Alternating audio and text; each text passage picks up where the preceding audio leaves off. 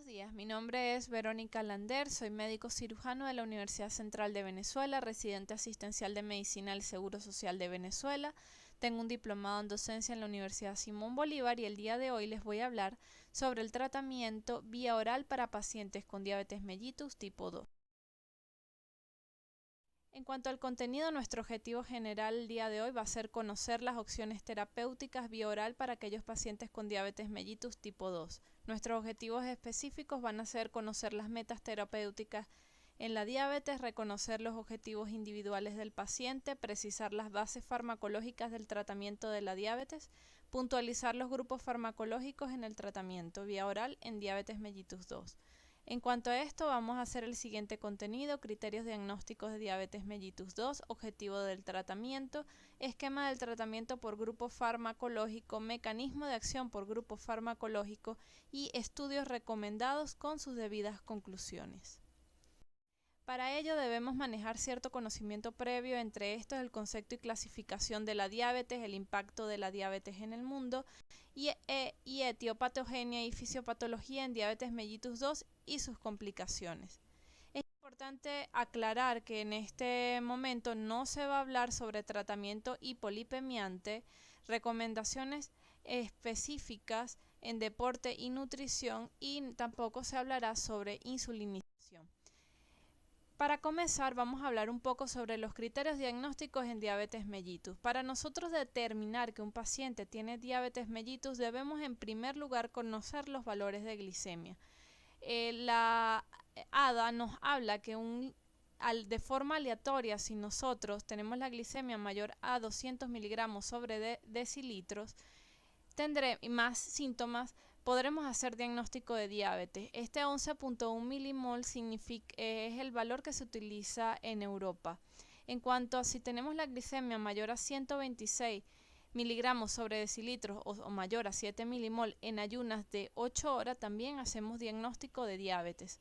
Otro valor, si tenemos una glicemia mayor a 200 miligramos sobre decilitros o 11.1 milimol en 2 horas posterior a la carga con 75 gramos de glucosa, también hacemos diagnóstico. Otro de los puntos claves son la presencia de las 3 P, que son poliuria, polidixia, pérdida de peso sin causa aparente. Y el valor que más se le está haciendo énfasis y el cual posteriormente veremos que nos da criterio para tener tratamiento es una hemoglobina A1C o hemoglobina glicosilada, como lo llaman en algunos países, mayor a 6.5%. Teniendo todo esto que les acabo de mencionar, podemos hacer nuestros diagnósticos para diabetes. Ahora bien, en cuanto a los objetivos del tratamiento, debemos reducir glicemias en primer lugar con reducción de la hemoglobina 1AC, ambas vienen de la mano. Por otra parte, es importante decirle al paciente que debe disminuir cifras de presión arterial, disminuir cifras de lípido con un aumento de la HDL colesterol, y todo esto estará relacionado con el control de la alimentación. Por otra parte, disminución de peso y aumento de la actividad física. En resumen, estos son los llamados cambios del estilo de vida. Por ello, el paciente debe centrarse en su realidad y el médico debe encargarse de esto. El paciente debe conocer las consecuencias de sus acciones y el médico deberá aclarar sus dudas. Por otra parte, el médico deberá plantear un plan de trabajo realista, y para ello debe haber una relación médico-paciente armónica. Una de las cosas más importantes que debe hacer el médico es fijar metas a corto o mediano plazo que sean realistas. Otros aspectos que debemos tomar en cuanto al estilo de los cambios de estilo de vida son cambiarle el concepto al paciente de dieta por alimentación adecuada. No es que el paciente durante 15 días realizará una dieta estricta para posteriormente volver a su estado basal. El paciente deberá tener una buena alimentación o una adecuada alimentación el resto de su vida, y esto debe estar acorde a los requerimientos de cada persona. Se debe cambiar también el concepto de ejercicio obligatorio como ejercicio de pasatiempo, es decir, como parte de su vida diaria, y no tomarlo como una obligación, sino como otro de los pasatiempos que tiene en su día. Debe modificar los horarios de alimentos según las necesidades que tenga el paciente. Moverse es otra de las recomendaciones que también se realizan, y usar los fármacos indicados en base a las necesidades. Por otra parte, señalarle al paciente que debe pensar en sus acciones y también en las consecuencias de las mismas. Debemos ofrecerle al paciente opciones de control. Entre lo que se propone es el registro de los alimentos que consume en los primeros 7 a 15 días posterior a la consulta. Sin embargo, esto puede ser contraproducente porque en general los pacientes, cuando le das un diagnóstico, comienzan a cumplir todo a la cabalidad. Por ende, podemos recomendar en los primeros 7 días que descansen una semana de la anotación o registro de los alimentos que consumen, y posteriormente decirle que 7 días después vuelvan a anotarlos antes de venir a la consulta para ver cómo ha sido la adherencia al tratamiento. Lo mismo con el registro de la actividad física. Podemos fijar una cita en un mes para tener tanto este registro de 15 días de cómo ha sido su alimentación y también cómo ha sido la cantidad de días y tiempo que ha realizado ejercicio. Posteriormente, también debemos en la siguiente consulta cotejar las sensaciones en cuanto a los alimentos ingeridos o el ejercicio practicado, de forma tal de evidenciar la adherencia que tiene el paciente al tratamiento. Concluyendo esto, le vamos a fijar al paciente metas reales a corto, mediano y largo plazo. Le volveremos a dar estos instrumentos que les estoy mencionando acá para ver si el paciente, en base a lo que ya observó que él hizo, va haciendo cambios de conducta. Por otra parte, también para que no sea tan engorroso el ir y venir, hacer consultas vía web, dándole accesibilidad al paciente para hablar con nosotros y así adherirse más al tratamiento. Por otra parte, si sabemos que el paciente tiene algún tipo de contraindicación para realización de actividad física o de tipo de alimentación, nunca debemos olvidar referir a estos pacientes tanto a nutrición, cardiología o neumonología. Les presentaré un esquema de tratamiento por grupo farmacológico basado en las 3 fuentes que le coloco en la parte inferior izquierda. En cuanto al tratamiento farmacológico vía oral de la diabetes mellitus 2, podemos evidenciar 3 grupos: los sensibilizadores de la acción de la insulina y los estimulantes de la secreción de insulina. En el último grupo, otros mecanismos, le iré nombrando tanto los nuevos como algunos que también contribuyen tanto a la estimulación como a la sensibilización, captación y no absorción de la glucosa. En cuanto a los sensibilizadores de la acción de la insulina, tenemos las biguanidas, cuyo máximo representante es la metformina. Las glitazonas, tenemos como representantes la rosiglitazona y la pioglitazona. En cuanto a los estimulantes de la secreción de la insulina, tenemos a las sulfonilureas, glibenclamida, glimepirida y glicazida, que pertenecen a la segunda generación de sulfonilureas. En el grupo de las glinidas, la replaglinida, los inhibidores de la DPP4, tenemos como representantes la siltaglictina, la saxaglictina, linagliptina y vildagliptina, los cuales en la actualidad se están utilizando con amplio uso. Y tenemos también en este grupo a los agonistas de receptor similar al glucagón o la GLP-1, entre los cuales tenemos como máximo representante la exenatide. Otros mecanismos, tenemos las resinas fijadoras de ácidos biliares, el cual tiene como nombre colecebelan. También tenemos los inhibidores de la alfa-glucosidasa, donde tenemos a la ascarbosa, el miglitol y la voglibosa. Los metales traza que se utilizan como cofactores, tenemos al magnesio, litio, cromo. A los análogos de la amilina, que tenemos a la pranlintida. A los inhibidores de la SGLT2, donde tenemos a la dapaglifosina y a la canaglifosina. Y a los agonistas de los receptores de dopaminas, que son de acción central, tenemos a la bromocriptina.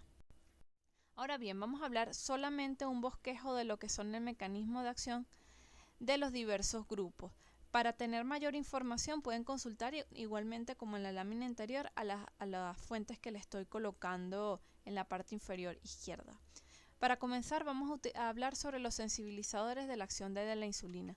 El máximo representante, como ya les mencioné, es la metformina, el cual incrementa la actividad de la proteína sinasa dependiente de AMP cíclico. Esto va a estimular a los ácidos grasos, va a haber a mayor captación de glucosa, metabolismo no oxidativo, disminución de la lipogénesis y glucogenogénesis. Sin embargo, no hay completamente una información sobre cuál es exactamente el mecanismo de acción de la metformina.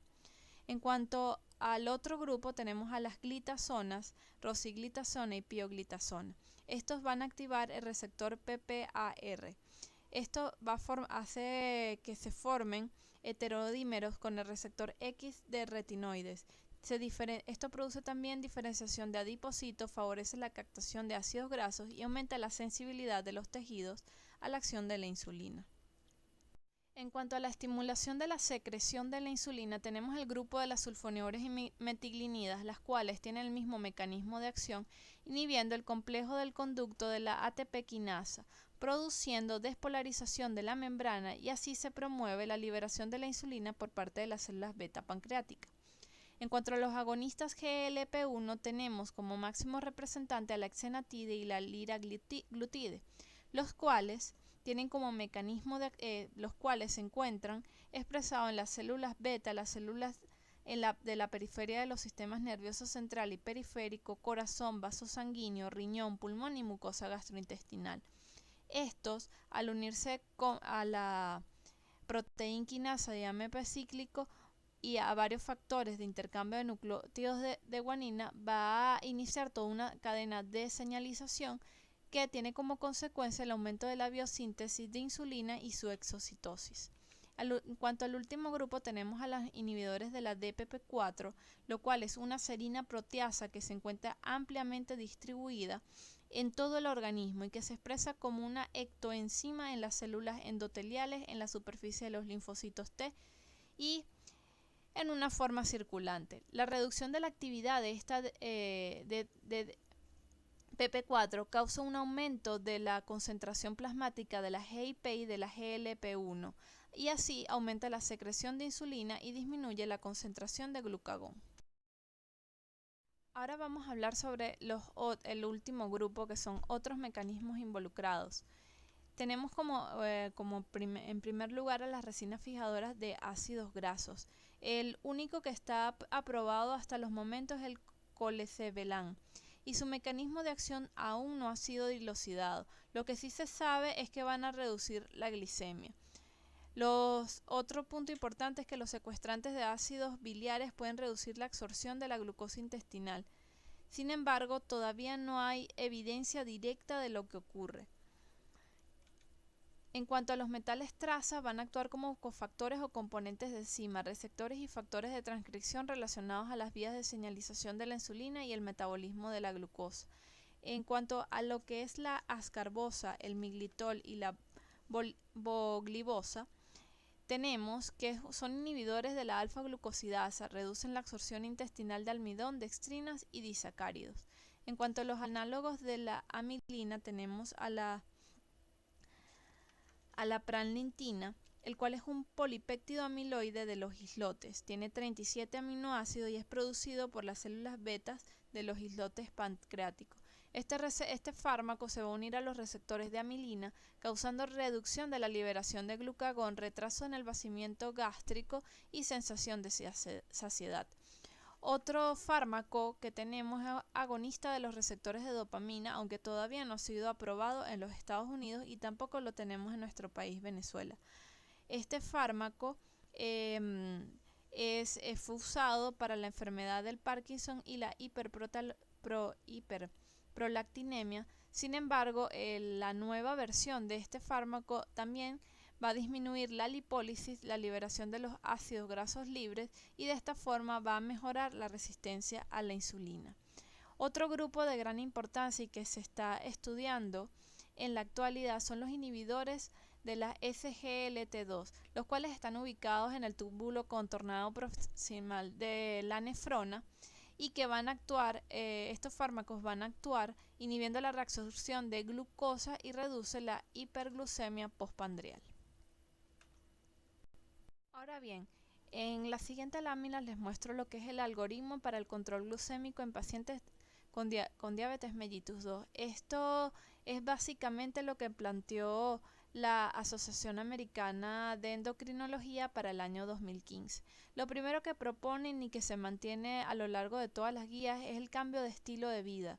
y la inclusión de fármacos para reducción de peso individualizado, es decir, si el paciente lo amerita y si el paciente lo puede utilizar. Ellos colocan lo que es los valores de hemoglobina A1C como referencia para iniciar los tratamientos. En cuanto a la hemoglobina A1C, si sale por debajo de 7,5%, podemos iniciar monoterapia. La primera opción siempre será la metformina, ya que cuando hablamos de riesgo-beneficio, los beneficios de la metformina han sido ampliamente estudiados y demostrados. Otras opciones que las tenemos aquí en color verde, que son las GLP-1, las SGLT1, inhibidores de los DPP-4, de las inhibidores de la alfa-glucosidasa. Los que colocan como usar con precaución son las glitazonas, las sulfonilureas y las glinidas. La ADA nos señala que si no hay cambios, es decir, no hay mejoría en nuestro paciente en los 3 meses siguientes, debemos pasar a la terapia doble, o si esta hemoglobina glicosilada sube por encima de 7,5%. Para ello utilizaríamos terapia dual, en las cuales tenemos como opción que sea metformina u otro fármaco de primera línea de los que ya mencionamos, más cualquiera de los fármacos que colocamos aquí en la lista, obviamente teniendo precaución con los que están en amarillos.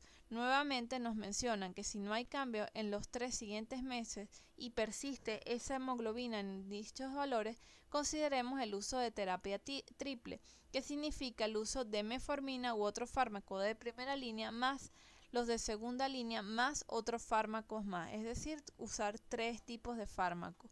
Y si esto no hay mejoría, debemos considerar la insulinización.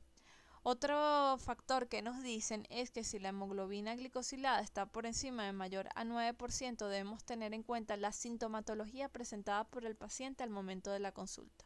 Si no hay síntomas, podemos considerar la terapia doble o la terapia triple según sean las condiciones específicas de nuestro paciente. Si el paciente presenta síntomas, lo mejor y la mejor opción será la insulinización más otro fármaco.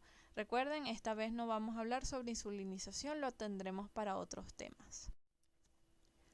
En cuanto a los estudios recomendados, el estudio UKPDS es uno de los estudios más importantes que deben conocer.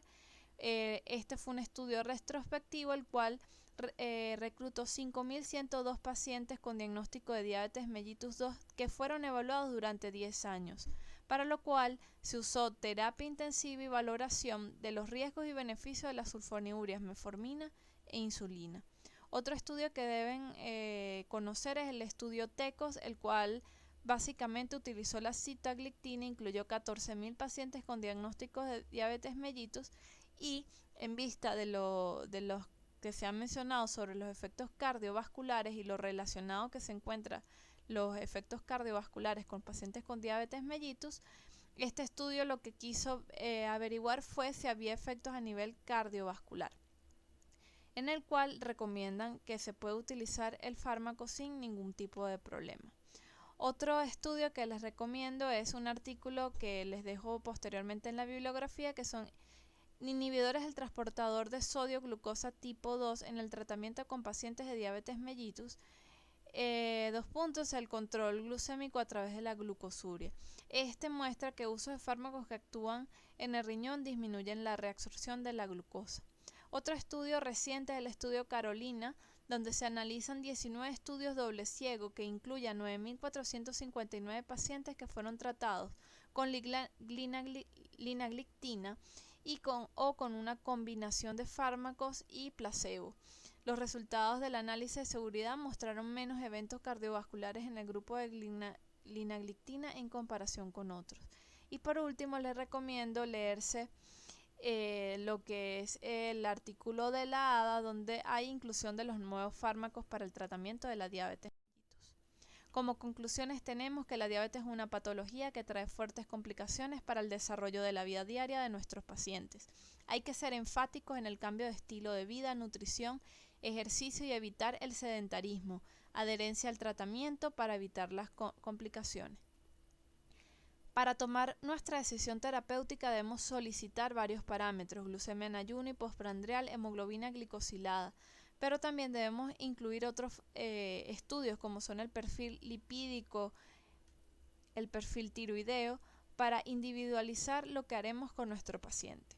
Tenemos diversos grupos de tratamientos que actúan sensibilizando la acción de la insulina, contribuyendo a la secreción de la insulina, y otros que actúan en diversos niveles, contribuyendo a la no captación de la glucosa en su metabolismo o en su reabsorción. Y también debemos fijar metas realistas para nuestros pacientes y no prometerles cambios drásticos a corto plazo. En resumen, tenemos que si tenemos un paciente con sospecha de diabetes mellitus tipo 2, debemos solicitar paraclínicos individualizados, valorar su situación actual y valorar sus riesgos. Posteriormente, al tener un diagnóstico confirmado, ya tener la valoración de la situación y la valoración de los riesgos, vamos a plantearnos el cambio en estilo de vida más el tratamiento vía oral o la insulina. Para los cambios de estilo de vida, recordemos la nutrición, el ejercicio y fijar metas realistas. Y para el tratamiento vía oral, recuérdense que para hemoglobinas glicosiladas menor a 7.5 aplicaremos monoterapia. Si esta está mayor a 7.5, terapia dual o triple. Y si es mayor a 9, debemos considerar la insulinización. Estas son las fuentes consultadas para que ustedes puedan acceder a las mismas. Y les dejo esta frase: por más difícil que parezca el camino, no debemos dejar de cumplir nuestras metas. Gracias por su atención. Les dejo mis páginas donde voy a colocar la siguiente clase. Hasta luego.